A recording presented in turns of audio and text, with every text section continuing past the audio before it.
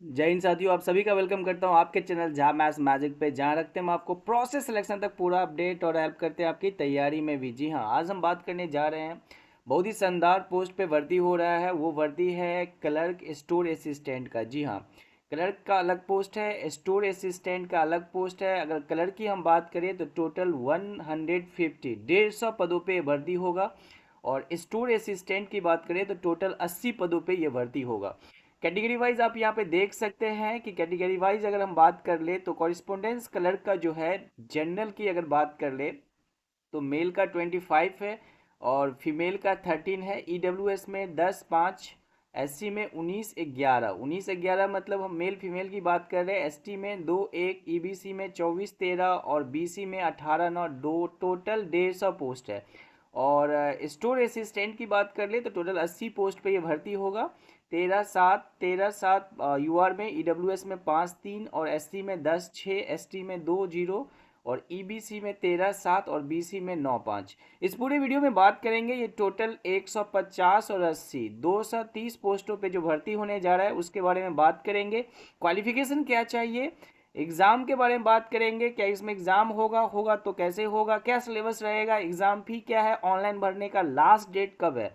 अगर आप इस चैनल पे नए हैं और अभी तक चैनल को सब्सक्राइब नहीं किए हैं तो कर लीजिएगा, क्योंकि देखिए बहुत ही शानदार भर्ती है। और ये भर्ती जो है Bihar state power holding company का है और ट्रांसमिशन कंपनी लिमिटेड की तरफ से है। इसके बाद south Bihar power distribution company limited, north Bihar power distribution company limited and Bihar state power holding company limited जो है ना, इन सब को मिला के ये भर्ती निकाला गया है। और बहुत ही जो है ना शानदार अपॉर्चुनिटी है उन तमाम स्टूडेंट्स के लिए जो इनमें काम करना चाहते हैं या जो चाहते हैं कि हम इसमें काम करें। और साथ में जो है ना, मात्र एक एग्ज़ाम आपको क्रैक करना होगा, सिर्फ एक ही एग्ज़ाम करना होगा। अगर वो एग्ज़ाम आप क्रैक कर लेते हैं तो आपका 100% सिलेक्शन होगा। चलिए डिटेल में बात कर लेते हैं। सबसे पहले इसमें अगर हम क्वालिफिकेशन की बात करें तो इसमें ग्रेजुएट मांगा जा रहा है। किसी भी सब्जेक्ट से अगर आप ग्रेजुएट हैं, किसी भी सब्जेक्ट से, किसी भी यूनिवर्सिटी से अगर ग्रेजुएट हैं तो आप ये दोनों पोस्ट के लिए अप्लाई कर सकते हैं। कॉरिस्पॉन्डिंग क्लर्क के लिए भी, स्टोर असिस्टेंट के लिए एक ही फी लगेगा, दोनों के लिए एक ही फी लगेगा, एक ही एग्ज़ाम होगा दोनों के लिए। तो आप इसको अप्लाई कर सकते हैं। जी हाँ, अगर आप बीएससी हैं, बीए हैं, जो भी हैं, आप जिस सब्जेक्ट से ग्रेजुएट हैं आप इस फॉर्म को भर सकते हैं। तो क्वालिफिकेशन आप समझ गए होंगे कि इसमें जो क्वालिफिकेशन है वो क्या है, वो सिर्फ और सिर्फ ग्रेजुएशन मांगा जा रहा है from any recognized university. Next देखते हैं प्रोवेशन पीरियड क्या है। इसमें जो है ना 2 साल का प्रोवेशन पीरियड होगा। The probation period shall be 2 years from the date of appointment से and the during the period of the performance is not found satisfactory probation period में बी एक्सटेंडेड। अगर 2 साल आपका परफॉर्मेंस सेटिस्फैक्ट्री नहीं होगा तो उसको बढ़ा दिया जाएगा, लेकिन आफ्टर प्रोवेशन आप परमानेंट आपका जॉब हो जाएगा। रिम्यूनरेशन की बात करें तो प्रोवेशन पीरियड में अगर आप देखिएगा तो पे बैंड जो है 9,200 से 15,500 है। कंसोलिडेट मंथली पे 9200 है, ठीक है ना, 9,200 only. After completion of 1 year of the probation period level 5 का आपको रेगुलर पे मिलेगा। Scale as per the 7th PRC plus other allowances ये मिलेगा।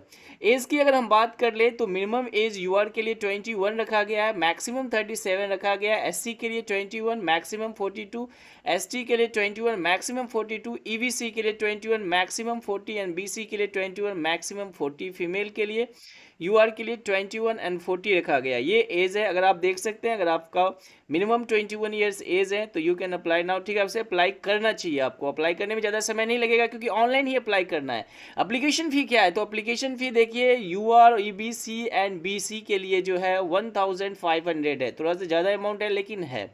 Schedule caste SC ST and female के लिए 375 है, 375 रुपीज़ ओनली है। Fee will be accepted through online payment made only. और सिलेक्शन प्रोसेस क्या है, तो मोड ऑफ सिलेक्शन जो है ना, इसका कंप्यूटर बेस्ड टेस्ट है। जी हाँ, एक टेस्ट होगा, कंप्यूटर बेस्ड टेस्ट होगा, जिसका हम सिलेबस के बारे में भी बात करेंगे कि क्या होगा सिलेबस, ठीक है। तो मोड ऑफ सिलेक्शन आप देख सकते हैं, CBT will be conducted for the candidates who are submitted online application in terms of advertisement. और if CBT is conducted in multiple batches, the answer sheet will be evaluated using the Z normalization score method। अगर एक से ज़्यादा पाली में भर्ती exam होता है तो इसका नॉर्मलाइजेशन किया जाएगा। अब मिनिमम क्वालिफिकेशन मार्क्स जो रखा गया है, normalized score in the CBT will be 40 for UR, 36.5 for BC, 34 for EBC and 32 for SC, ST female candidates. A combined merit list will be prepared in accordance to the above para 7C based on the marks obtained by the candidate in CBT computer based test. उसके according merit list तैयार किया जाएगा, ठीक है। अब आते हैं, देखते हैं अगला प्रोसेस क्या है। तो नेक्स्ट प्रोसेस क्या है इसका, मोड ऑफ सिलेक्शन तो आपका क्लियर हो ही गया। मोड ऑफ सिलेक्शन क्या है, तो कंप्यूटर बेस्ड टेस्ट होगा। मोड ऑफ सिलेक्शन यही है, पास होने के लिए मिनिमम यूआर वाले को 40% और बीसी को 36.5 एंड ईबीसी को 34 and SC ST and female candidates को 32। तो फीमेल कैंडिडेट्स के लिए बढ़िया है। और ये जो कहता है कि a combined merit list will prepare in the accordance to the above para 7C based on the marks obtained by the candidate in CBT computer based test. Candidate will be shortlisted in the ratio 1:1. Actual vacancy advertised from the combined merit list for document certificate verification. Merit list 1:1 के रूप में तैयार किया जाएगा, मतलब जितने post है उसी के अकॉर्डिंग इसका मेरिट लिस्ट तैयार होगा. The final selection will be based on the report of document verification as well as the merit. A mock demo computer-based test will be few questions. Only one be available on the company website for the candidates for practice and getting familiar from the test. Syllabus is the test by the CBT. अब इसके बारे में, syllabus के बारे में बात कर लेते हैं. इसका कुछ क्वेश्चन मॉक टेस्ट आपको मिल जाएगा www.bspscl.co.in पे.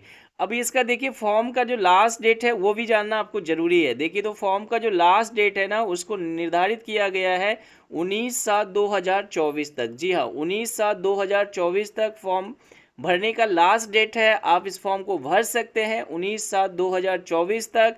अभी आपके पास टाइम है, एक दिन में पूरा फॉर्म आप भर सकते हैं. भर के इस अपॉर्चुनिटी का फ़ायदा उठा सकते हैं. और साथ में चैनल पे नए हैं तो चैनल को ज़रूर सब्सक्राइब कर लीजिएगा, क्योंकि हम आपको हेल्प करेंगे, आपकी तैयारी में भी करेंगे. तो 19/7/2024 इसका लास्ट डेट है. फिर से हम एक बार बता देते हैं आपको, मतलब अभी आपके पास समय है, आप इस फॉर्म को भर सकते हैं. अगर आप अभी तक वीडियो पे बने हुए हैं तो डेफिनेटली आप भरना चाहते हैं, आपको भरना भी चाहिए. आइए सिलेबस देख लीजिए. तो इसमें देखिए भैया 10th लेवल का जनरल नॉलेज रहेगा, जिसमें current affair, national international, Indian history, Indian geography, Indian constitution, science and technology. Quantitative aptitude में देखिएगा percentage, time and work, time and distance, profit in loss, simplification, average and problem on ages. General Hindi में grammar, vocabulary, comprehension, fill in the blanks, error detection, antonyms, synonyms, phrase and मुहावरा. ये रहेगा general Hindi 10th level का ही रहेगा. और logical reasoning की बात कर लीजिए, analogy, similarities, problem solving, relationship, concept, space visualization. इसके बाद arithmetical number series and arithmetical reasoning. General English की बात कर लीजिए तो सेम जैसे हिंदी में है वैसे ही इसमें इडियम्स, फ्रेज, परसेंटेज ये सब पूछा जाएगा. और बेसिक कंप्यूटर नॉलेज से भी क्वेश्चन रहेगा. तो है ना, बहुत ही शानदार अपडेट. तो डेफिनेटली भरना चाहिए आपको. बेस्ट ऑफ लक अगर आप इस फॉर्म को भर रहे हैं. Thank you for watching Jha maths magic.